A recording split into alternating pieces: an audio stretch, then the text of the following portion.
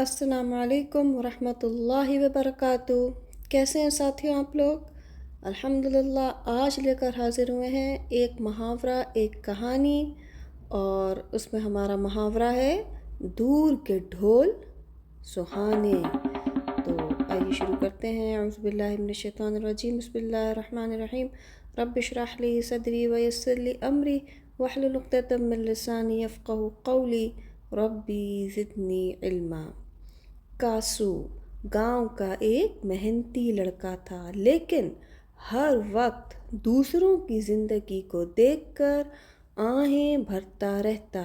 شہر جانے والے ہر شخص کو وہ خوش نصیب سمجھتا اور کہتا، بس شہر کی زندگی ہی زندگی ہے، وہاں تو نہ کام کی فکر نہ ہی کوئی تنگی۔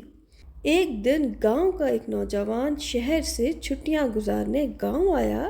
اس کے نئے کپڑے، موبائل اور باتوں نے کاسو کو بے چین کر دیا۔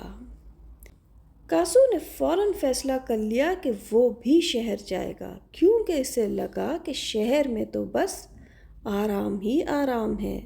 چند دن بعد کاسو شہر پہنچ گیا۔ پہلے ہی دن اسے اندازہ ہو گیا کہ شہر کے ڈھول صرف دور سے ہی سہانے تھے۔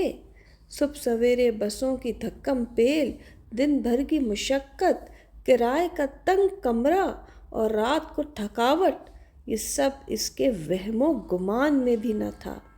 شہر میں ہر چیز کی قیمت آسمان پر، گاؤں میں تو سبزیاں اور پھل کھیت میں جا کر تازہ توڑ لیتے، لیکن شہر میں مہنگائی نے اس کی کمر توڑ دی۔ گاؤں میں جب دودھ کی طلب ہوتی، اپنی گائے تھی، تازہ دودھ، تازہ ملائی، تازہ مکھن، وہ دل ہی دل میں گاؤں کے سکون، کھلے آسمان اور اپنوں کی باتوں کو یاد کرنے لگا۔ چند مہینوں بعد کاسو واپس گاؤں لوٹا تو اس کا لہجہ بدل چکا تھا۔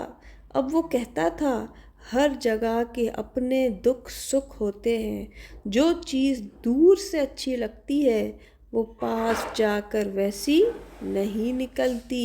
کاسو کی باتیں سن کر گاؤں والوں نے کہا، سچ ہے، دور کے ڈھول سہانے۔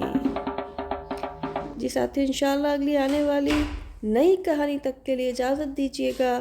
سبحانک اللہم و بحمدک، اشہد ان لا الہ الا انت، استغفرک و اتوب الیک۔ السلام علیکم ورحمۃ اللہ وبرکاتہ۔